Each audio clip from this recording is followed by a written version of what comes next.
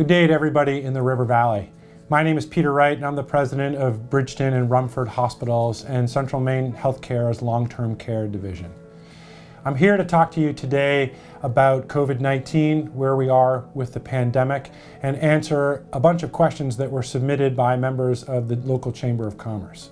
I hope you find this informative, but above all else, I want you to know that Rumford Hospital is here for you every moment of every day, 24/7. If you have additional questions, please feel free to contact me via email. My email address is wrightte@cmhc.org. You may also call me. My number is 369-1031. How long does a person have to wait for results after being tested for COVID-19? That question is answered with, it depends.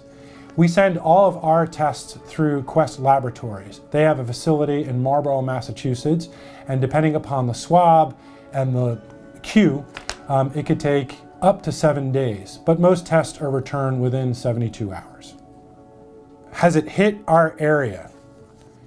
COVID-19 has hit the entire state of Maine, and Oxford County is no exception. That said, the number of positives that we've had through Rumford Hospital has actually been quite small. I believe the reason that we've been insulated is, one, geography. We are indeed socially distanced in the western foothills of Maine, but I also believe that our community has taken a very strong stance about protecting itself by always wearing masks, washing hands, and avoiding any unnecessary travel. With that said, the tests that have come back positive, the majority of them have come back from southern Oxford County, those towns in the southern area that also tend to commute and work in Cumberland County. So the best advice I can give you is continue to wear your mask, continue to wash your hands, and please continue to social distance. Don't let your guard down. Don't think because we have a low incident rate of COVID-19 that we are indeed safe. The only way you're safe is by washing your hands, wearing a mask, and staying socially distanced. If we stay that disciplined, we will continue to enjoy a safe everyday life. The next question is, are we prepared for the outbreak? The answer is absolutely. Central Maine Healthcare has been working as a system around the clock since the outbreak started as part of our own network to protect our patients and our staff, but also part of a statewide response, working with the other 3 major healthcare systems in the state of Maine, as well as the Maine CDC, to organize a coordinated response across the state to stay up to beat with the best practice about how to protect ourselves from COVID-19, how to treat COVID-19, and to catalog and inventory our resources of masks, gowns, available hospital beds, and in particular, ventilator units and ICU beds. The state of Maine has been recognized by the rest of the country as enduring a very low rate, partly because of our geography, but partly because we've taken the pandemic seriously, we've responded appropriately, and we continue to stay on our toes and ever ready. Why are we hearing so much about testing being inaccurate? We use what's called PCR testing.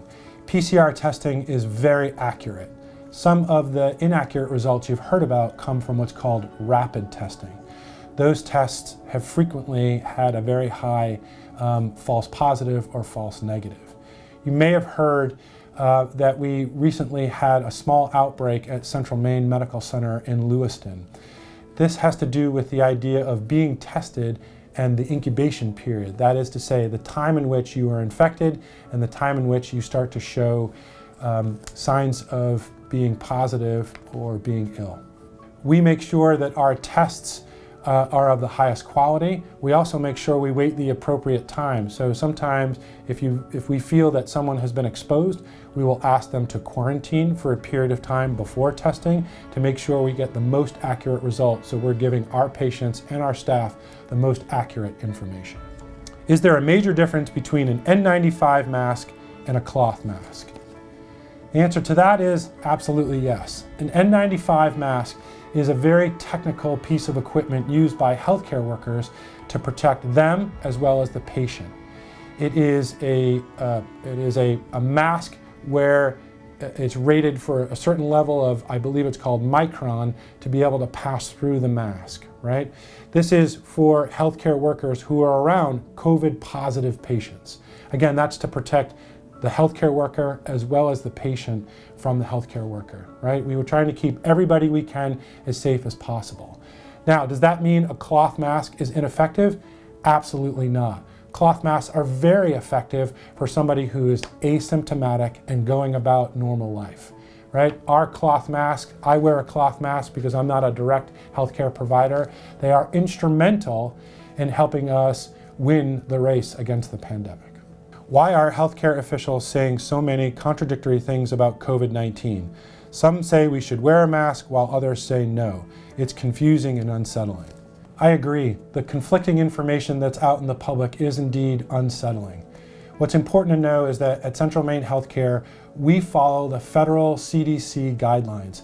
Those guidelines are based on evidence-based research and science known to protect patients, families, and our staff from COVID-19. The single best thing that you can do is to follow the 3 steps I illustrated earlier. Practice hand hygiene. Wash your hands and use Purell or another approved sanitizer. Mask up, Maine. Please wear your cloth mask at all times when you're in public or in any area where there's somebody else in the room. And finally, maintain social distancing. These 3 very basic, very simple steps are instrumental in protecting you and others against COVID-19.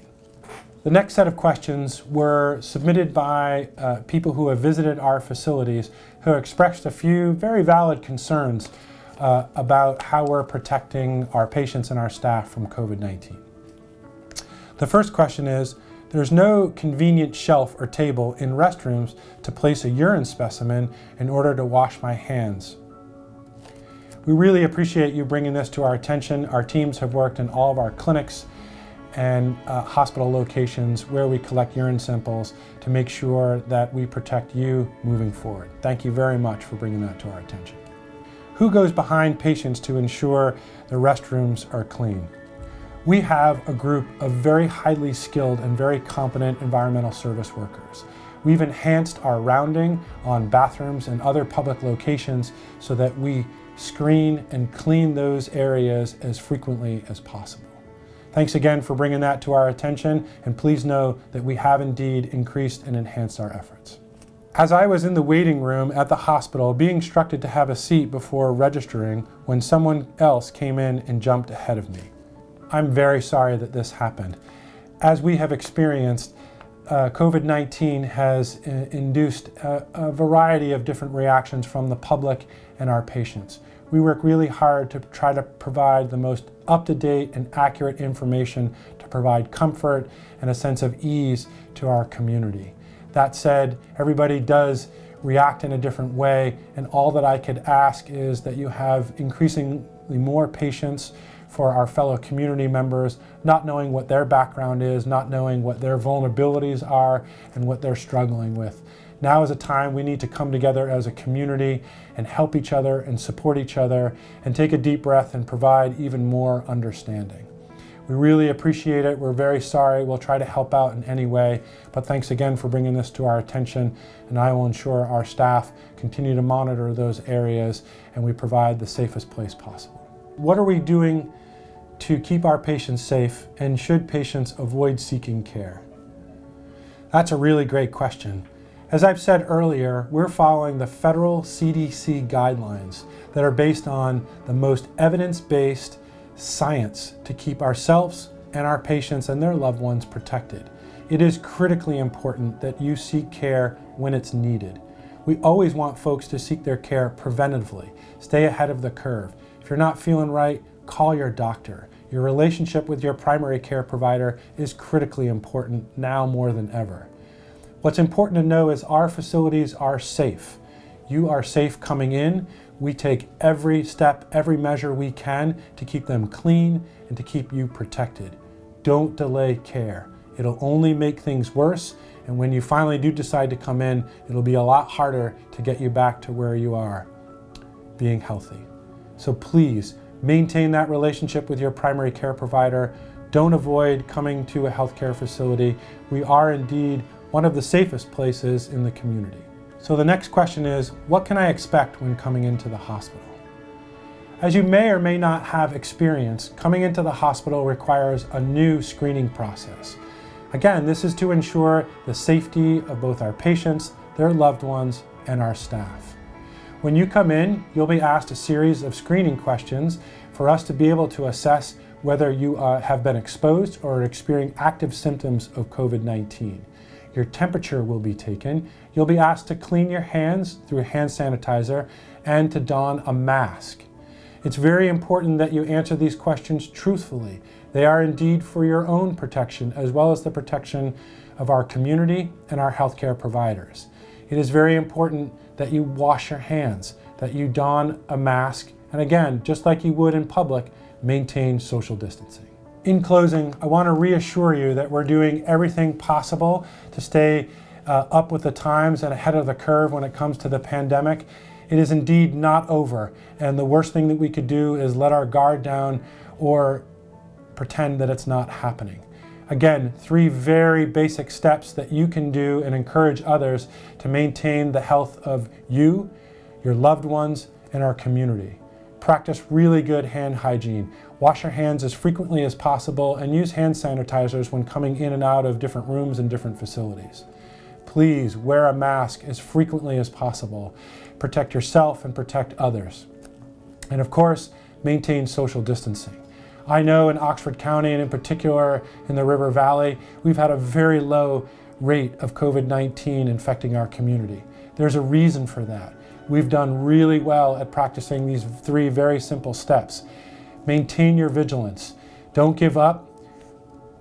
We're not close to being done yet, and we need each other, and we need to rely on each other to make it through the pandemic. I'm calling on the business community. I'm calling on the business community to require masks in all of your facility. I know that right now everybody's business has been affected, and we want to get everybody we can through the door to keep our economy going. If we band together as businesses and require masks, we can help change the voice of the community. We can set a standard about what's acceptable, and we can stand up for those who are the most vulnerable upon us and protect the rest of the community. So mask up Maine, mask up River Valley. And again, remember, if you need anything, don't hesitate to contact us at the hospital. You can email me direct. My email is wrightpe@cmhc.org, or feel free to call my office at 369-1031. If it's after hours, feel free to call my cell phone. My number is area code 603-306-2160. I'm here for you 24 hours a day, 7 days a week, 365 days a year, just like every member of the Rumford team and the Central Maine team. We're really grateful that we've had this opportunity to help. We hope that you will engage us and let us help you as we get back to normal life and back to business.